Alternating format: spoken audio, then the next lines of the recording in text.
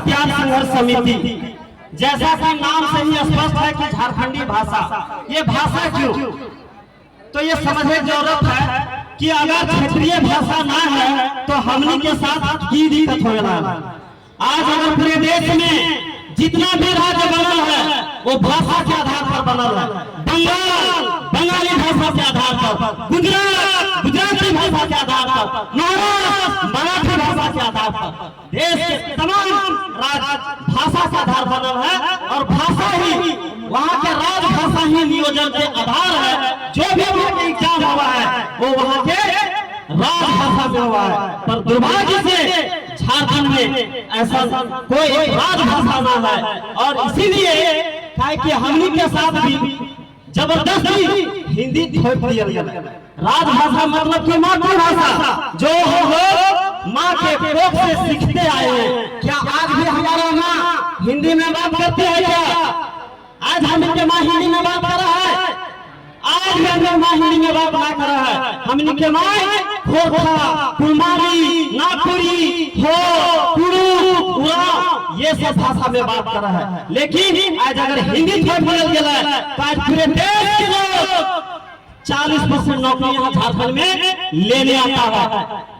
ये भाषा का महत्व है। तो जिस दिन क्षेत्रीय भाषा के आधार पर नियोजन नीति तय हो जाएगा, भाषा सारा नियोजन नीति तय हो जाएगा, इसके अलावा कोई भाषा को जो मान्यता नहीं मिलेगा तो कोई भी बाहरी राज्य के लोग यहाँ नौकरी नहीं ले पाएंगे। अब कैसे थोड़ा समझ लेते हैं। तो एक क्वेश्चन आता है खोखा में कि निम्न में से कौन है, क्वेश्चन आता है 4 क्वेश्चन, उसमें कौन है जो कि स्त्रियों का गहना नहीं है? तो उसमें लाठी, पांची, सिकरी और एगो पहला, ये जेपीएससी का क्वेश्चन है भाई। तो पहला क्या स्त्रियों का गहना है क्या? नहीं है। और जब नहीं है तो ये तो हम आप जान गए, लेकिन क्या एक बाहर रास्ते वाला जानेगा कि पहला क्या है? अच्छा, दूसरा क्वेश्चन कि एक पहला में कई कनवा होता है? 16 कनवा, 12 कनवा, 8 कनवा कि 4 कनवा? कई कनवा होता है? 16 कनवा। तो यहाँ का आदमी तो जान जाते, लेकिन दूसरा रास्ते वाला जानता है कनवा कनवा सर्व कौन कनवा होता है? तो जब स्थानीय भाषा में होता है तो तोहनी जान जेबे, तो तोहनी का आदमी वीडियो सीओ बन जाता है। इसीलिए हमें झारखंडी भाषा के बढ़ावे के काम करे लगा लिया है। इस तरीके से नियोजन नीति लाने के काम करवा कि सिर्फ क्षेत्रीय भाषा ही रहता है और बाकी कोई भी भाषा के मान्यता नहीं देवे। अच्छा, एक और क्वेश्चन आवा है, तनी एकरा समझना। करम जवा कौन उठावा? बेटी छवा, जेठी, काकी की माँ? कौन कॉलेज में पढ़ने लगता हूँ?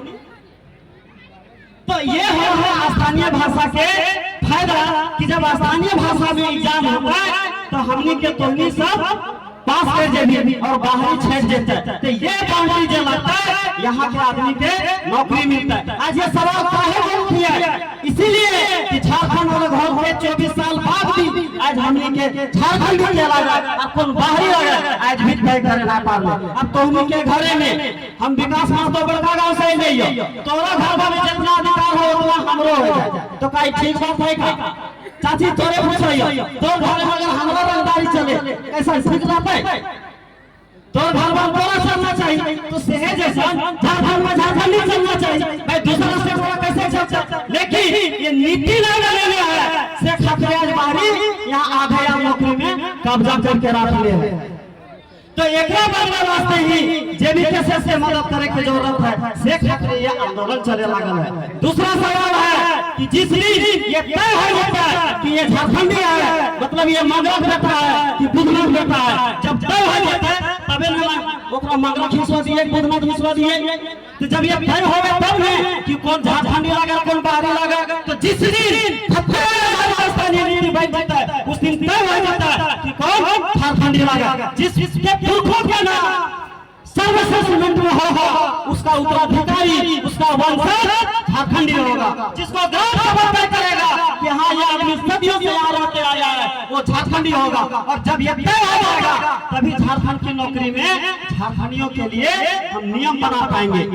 तो ये आज तक नहीं हुआ है, ये दुर्भाग्य की बात है। इसीलिए कि आज जिस कदर झारखंड अलग होने के बाद जल जंगल जमीन भी लूट लो, पीछा पड़ा है। खनिजों की लूट आज पूरे देश में सबसे ज्यादा कोयला उत्पादन करके देने वाला राज्य है। देश की आधी संपत्ति झारखंड में, फिर भी आज झारखंड के लोगों की स्थिति क्या है? ये सरकार का आंकड़ा है, हमारा आंकड़ा नहीं है।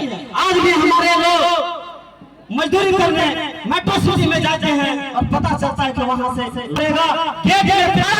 करेंगे आधार कार्ड, जो भी हमारी मजदूर होगा उठा के बाहर फेंक देंगे, जो झारखंड का होगा उसको ये करेंगे। ऐसे ही दिलाने के लिए हम लोग काम करेंगे।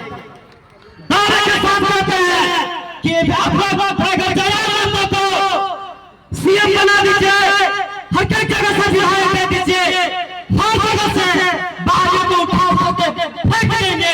अगर वो आराम से चल जाते तो ठीक है, नहीं तो ट्रक में भर भर के भेज देने का काम करेंगे। क्योंकि अब समय हो गया है, अब हम बर्दाश्त नहीं करेंगे। कब तक बैठे रहेंगे, कब तक चुड़िया पहनेंगे? इसीलिए अब समय आ गया है कि आप ऐसे लोगों के खिलाफ मुखर लड़ाई लड़नी होगी। लोग कहते हैं ये लोग नेता बन रहा है। आप बताइए, नेता आप लोगों ने बनाया ना? हम लोग 3 सालों से मैदान में हैं। अब जो बीजेपी वाले, जो कांग्रेस वाले, जो आंसू वाले, जो जेएमएम वाले, अगर ये सब नीति बना दिया होते तो आज हम लोग रोड में क्यों होते भाई? क्यों होते? इसीलिए मैं कहना चाहता हूँ कि आज एक बहुत बड़ी लड़ाई जो कोई पार्टी में उठाता है, जेबी कैसे इस लड़ाई को लड़ेगा कि जो भी संसाधन है उसका मालिक कौन है? कौन है? हमने सीओ को आखिया से पूछा था कि हम केरेबारी में आते हैं। हमने पूछा कि बताइए सीओ साहब, केरेबारी प्रखंड के अंतर्गत जितनी भी जमीन है उसका मालिक क्या केरेबारी का सीओ है, झारखंड सरकार है, भारत सरकार है कि रैयत? इसका जवाब दीजिए। तो उसने जवाब दिया कि इस सवाल का मेरे कार्यालय में कोई जवाब नहीं है। फिर हमने डीसी से पूछा कि डीसी साहब बताओ, हजारीबाग जिला अंतर्गत जितनी जमीन है उस जमीन का मालिक क्या डीसी महोदय है कि जमीन मालिक है? उसने कहा इस सवाल का मेरे कार्यालय में कोई जवाब नहीं है। फिर हमने सीएम से पूछा, मैंने इसलिए पूछा क्योंकि हमने संविधान को पढ़ा है। भारत के संविधान में कहीं ये बात नहीं कहता है कि ये जंगल जमीन और जो भी खनिज संपदा है उसका मालिक सरकार है। तो पता वो क्या कहता है? वो कहता है कि जमीन मालिक ही खनिज का मालिक है, सरकार नहीं। ये सुप्रीम कोर्ट कहता है। और जब सुप्रीम कोर्ट ये बात कहता है तब फिर सरकार कैसे मालिक? अगर हमारे पास जमीन है तो हमको कोयला तोड़ने का, उस संसाधन का हमको उपयोग करने का मौका नहीं देता है। लेकिन जब ये कंपनी प्राइवेट कंपनी को जमीन बेच देते तो वो मालिक कैसे हो जाता है? तो ये बात समझ में लोगों को अभी तक नहीं आया है।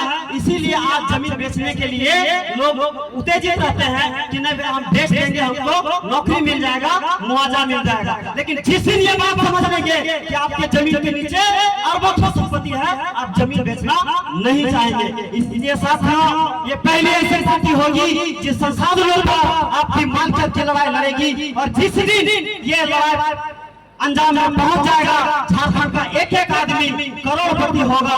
एक छोटा उदाहरण के साथ मैं अपने बात को खत्म करना चाहता हूं कि झारखंड में 78 मिलियन टन सोना का भंडार है। 78 मिलियन टन। झारखंड की आबादी 135 करोड़। डिवाइड करिएगा, प्रति व्यक्ति के हिस्से में 12 केजी होगा। उसको अगर आज 50 लाख रुपये सोना है, उसको प्रति व्यक्ति अगर आप पैसा में कर लीजिए 26 करोड़ का हर झारखंडी मालिक होगा। इतने अमीर लोग हैं। हमको जानबूझ के बेवकूफ बनाया जा रहा है। ऐसी नियोजन नीति लाई जा रही है ताकि बाहरी लोग यहाँ रहेगा और बाहरी लोग विधायक संसद बनेगा, बाहरी लोग आईएएस आईपीएस बनेगा।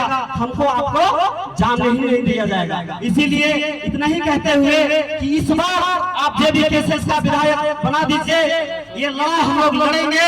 आपको खतियान आधारित नियोजन नीति बनाकर दे देंगे, भाषा आधारित नियोजन नीति बनाकर दे देंगे और संसाधनों पर हिस्सेदारी को लेकर लड़ने के लिए हमेशा खड़े रहेंगे जब तक आपको इस संसाधनों पर अधिकार नहीं दिला देंगे। इन्हीं बातों के साथ आप सभी को जोहार, बहुत बहुत धन्यवाद। बहुत बहुत धन्यवाद विकास दा, इन्होंने सही मायने में आज